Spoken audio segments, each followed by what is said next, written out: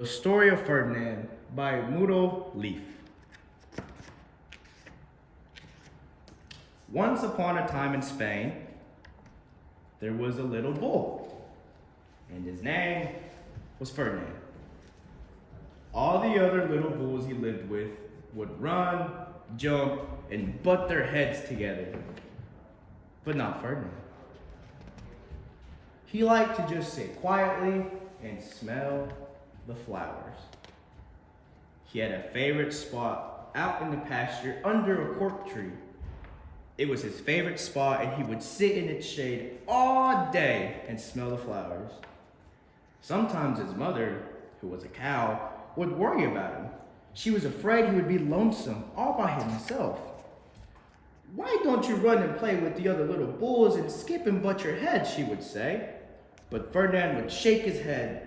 "I like it better here where I can just sit quietly and smell the flowers."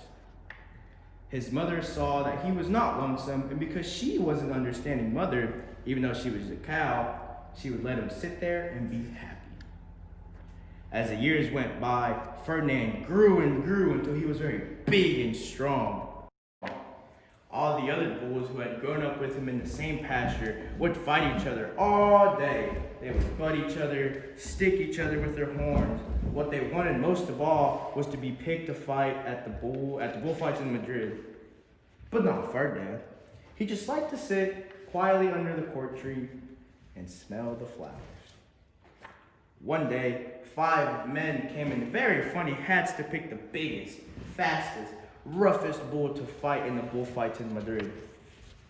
All the other bulls ran around snorting, butting, leaping, and jumping, so the men would think that they were very, very strong and fierce and pick him. Ferdinand knew that they wouldn't pick him, so he didn't care. So he went out to his favorite cork tree to sit down. He didn't look where he was sitting, and instead of sitting on a nice cool grass in the shade, he sat on a bumblebee. Well, if you were a bumblebee and the bull sat on you, what would you do? You would sting him. And that's just what the bee did to Ferdinand. Wow, did it hurt. Ferdinand jumped up with a snort. He ran around puffing and snorting, butting and pawing the ground as if he were crazy. The 5 men saw him and they all shouted with joy. Here was the largest and fiercest bull of all, just the one for the bullfights in Madrid.